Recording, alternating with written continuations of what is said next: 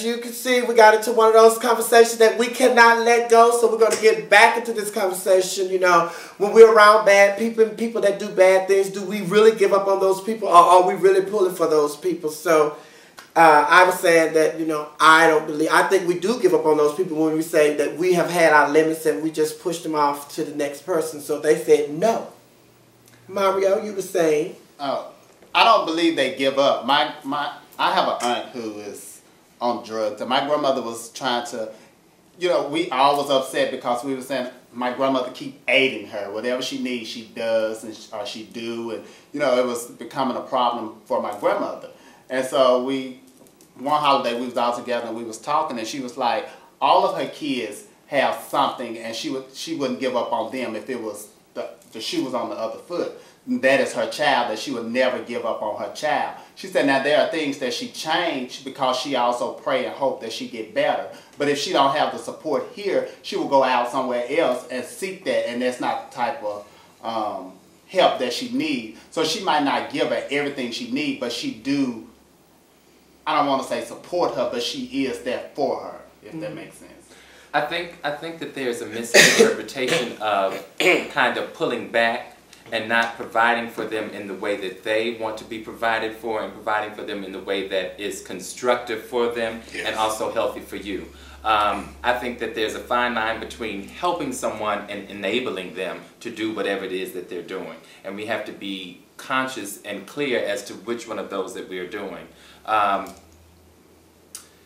In certain situations, you don't want to continually, you know, aid in a person doing what they're doing, so you will have to kind of pull back some. Yeah, because some people actually do better bounce back after they hit rock bottom. If you cushion every time somebody is on the way of falling, going on a downslide, and you cushion it, they depend on that cushion every time.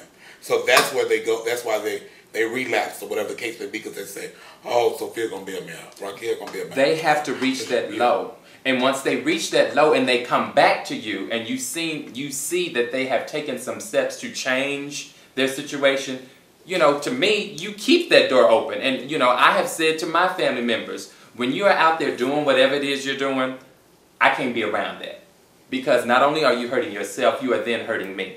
But the minute that you stop and you come to me and say, I want to stop, I have to stop, I need your help, can you do X, Y, Z? I'm there. But while you out there doing it, there's nothing I can do. There's nothing I can do anymore. You know, I have exhausted all that I can do. I've had conversations with you. I've been there time and time again. You continually do the same thing. So until you say to me and show me that you are ready to change, I can only be there but so much to save and protect myself. Because there's no need, like I say, in both of us dying as a result of what you're doing. You know, and you're killing yourself with the substance abuse, but you're killing me with the stress of me worrying about you day after day after day after day, which is why I think your mother said when your brother was in jail, she was okay with that because she knew then there was some safeness in him being in jail. But when he's out in the streets, she don't know what's going on with him. And although I started this off by just talking about my brother he's okay now, he's fine and all of that. But having said that, it's just like you say, okay, I done done what I can, and then I'm like, you have to go out there and until you find out that you need help, then there's nothing else I can do for you. So is that like pushing them away until they realize that they need help? It's not pushing them away. If anything, they have taken themselves away. I can't control them. I can only control me. So let's take drugs, for example, since we're using that. If you are on drugs and you're doing drugs causes you to be gone for days on end and I don't know where you are, I didn't do that. You did that. So while you're doing that, there's nothing I can do. I'm not going to go looking for you. I'm not going to go trying to call around to find you. You have made this decision that this is what you want to do. I think the scaling back that he's speaking on is done more for self than the other person. Because now you have allowed their habit to consume your entire life and existence. So things that you had planned or were planning on doing, you have got to put on the back seat because now you are parenting or trying to watch over somebody else. When that is not what your agenda was. You know what your goals or what you were set planned. So or even you need to pull back. Yeah, you need to pull back and realize now, all right. I was moving in this direction. This keeps putting me back to this point. Now, in order for me to succeed in my dreams and my happiness, I'm going to need to let you continue to go on that road you're on and just follow mine. Because even above and beyond that, we are all entitled to have our own lives, and if that's what makes you happy, then by all means.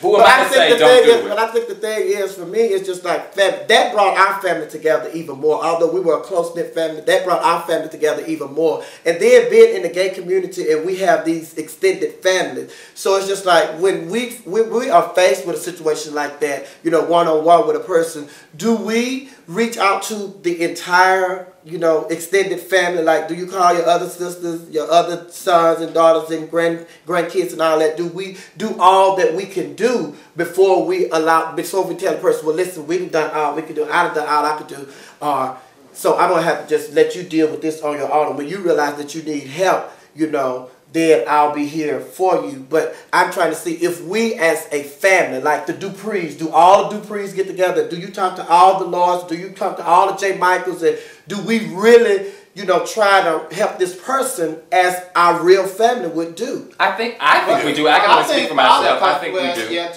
I think we all do. And I can only speak for myself with helping some of my children.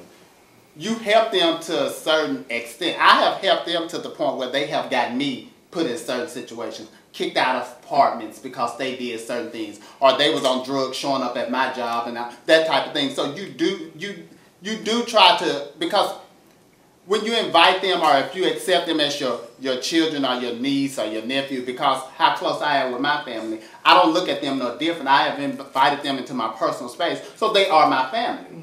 And we use the word extended, but they still are my family. And even if I have a problem with one of Raquel's children or with Nisha or even with one of you, I will tell you all, and I have did something to or discipline them or said something to them, and then we'll let you know that I have did or your child have done X, Y, Z. So I think it still works. What Nisha was saying, how community used to really play a big part in saying, you know, well, if such and such see you, smack my child, and then I'm going to get them later.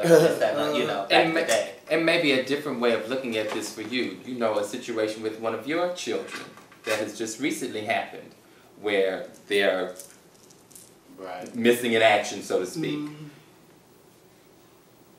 Even for yourself, I think you kind of took the stance that you can't really come back, or almost at this point there's nothing else that you can do because you have not shown what you're going to do. You try to contact them. Yeah. Then you even tried all kind of, but they just didn't want to be in contact with. Yeah. So that was nothing that you did. That was what they did. And at one point that was consuming you. You understand what I'm saying? But you had to realize, now hey, you got too much other stuff going on. You cannot let this continue. So when they're ready. Okay. And when it's apparent and clear, and they have actually shown and taken some steps to show that they're ready, then you don't close the door. I don't think you have really closed the door. You may have even said to them no for whatever, but I think in your heart, no, you have not. If you see that they are really ready and in a different place, the same thing will apply. But I've told you on several occasions that I think sometimes the way that you view helping people is oftentimes being more of a hindrance than a help to them, because you cannot totally carry someone, especially an able adult. They have to be somewhat accountable and responsible for themselves. And I think that is one of the greatest lessons that you can teach someone, especially an adult who has not exemplified that, is how to be responsible and accountable for themselves. Yeah, the individual that you're talking about, we have, came back in contact with each other and everything is fine, and we've talked about the different situations and what happened and all that. But even in saying that, although I prefaced it by saying that my brother who was on drugs, I'm talking about people who are doing bad things, in general. If they're writing checks, stealing, going to the store stealing, or if they're, jumping on people, fighting, just whatever, just bad. I always think, like my approach, and that's the only way I know if I'm doing it wrong, my approach is to always make things tangible and put a face on it. So like those who I come in contact with and are doing illegal things, I let them know how I paid for doing illegal things and why they need to stop doing certain things and where it ends up at. Because though it's cute for the now and this and another, you don't hold those things. You don't hold on to, and you make a bad record for yourself, and it becomes very hard for you in the long run with the employment. As you get older and really trying to acquire different things, it becomes harder. You get what I'm saying? For those, you can rise above that, but you have got to really, you got to cut off that full circle. Just like a drug addict, you got to cut off that circle, because if you stay in the midst of those people who want to be flashy and have what's latest in styles and fashion, or drive the latest cars and things of that nature, you're putting importance in the wrong things. You know what I'm saying? So you have to remove yourself from those. So I always tell them about my experiences with the penalties going to jail and this and other, and let them know how you went to jail. Girl, yeah. Girl, where's my purse? But I also think with your children, I think you're supposed to have, or you should have, a relationship with your children, because your approach with telling them certain things, like you could tell one child something, they'll get it right off, but you tell another child, it takes them time to get it. So I think different. I think you need to have a relationship with your children. You know, even with those who I've got friends or whatever the case may be, who come in contact, who I've come into contact with, who like had drug issues. Like I've never been on drugs, so I wouldn't know how to. I can tell you why I don't want you on drugs, but it's better. To me, I think it's better if you speak to someone who has traveled. That road. So friends that I know who passed that and are on the road like 8 or 9, 10 years or whatever, and doing well away from drugs, I let them. I think that's the easy. I think that's the easy part for us as the parental figures, or either I guess you could say the parental figure, in in some of our kids' lives. Because I agree with Mario. My innate family knows that my extended family is my family, because during that time while my family was not in my life, they were my family. They were they were the one who helped cultivate some of the views and help me become the person who I was. But I also think too, like when you have different obstacles in your family, people being on drugs, people coming from abuse and those different types of things, that I found that it works better if you have the kids who are in your family who have dealt with those issues, if you get all of them together, and then you do like the, I guess you could say the point of action, and saying, okay, we have an issue, we're going to lay them all out here on the table, and then that one person who you're targeting finds out, oh, well, I'm not the only one. No, they've been through it, and they've rose above it, just like Naisha said. But I think, too, sometimes that becomes easier, because then the point of reference of everybody listening to everybody's experience, knowing, like Naisha, I've never been on drugs. Only thing I've always been addicted to was, I want to be a woman, live as a woman, because that's the only way that's going to make it easy for me to survive.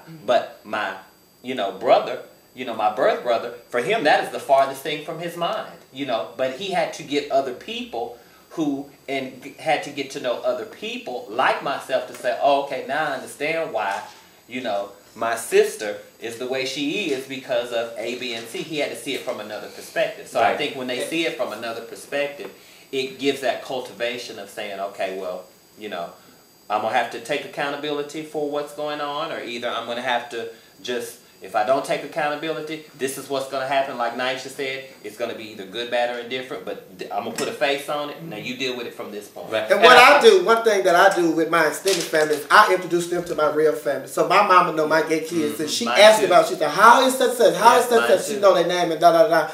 And then we can go on and on with this conversation, because it's a good conversation. But one of the reasons I really want to talk about it was, it seems like, like with the shooting that happened with the Congresswoman, it's just like when things like that happen, and then people come forward and say, well, I had some reservations about that person, blah, blah, blah, blah, blah, blah. So just like, it happens, then it dies down, then it happens again. Because how many school shootings have we had? And then we say we're going to do something, we're going to try to work it out, we're trying to figure it out, and then nothing happens. We forget about it. After time lapses on, we forget about it. Then something else happened, and then another tragedy happened, then another tragedy happened. We're always in the moment. When we're in the moment, we say we're going to do something, but then it's just like we don't do nothing. We go off and we leave those people by themselves to figure out their own problems. So, we can go on and on, but we're running out of time. But we want to thank everybody for joining us for another episode of The Dish. We love you guys. Thank you guys for tuning into The Dish. This is like our 15th? 16. This is our 15th, because we weren't here last week. But we're a group and we're one, so it's 16. Oh, our 16th. See, I learned something today. Because I almost cut her off. She did cut me off last week. Y'all go look at the episode from last week. But anyway, thank you guys. We love you. All right, we just gonna laugh. I'm sorry. Thank you, bitch. Bye. Bye.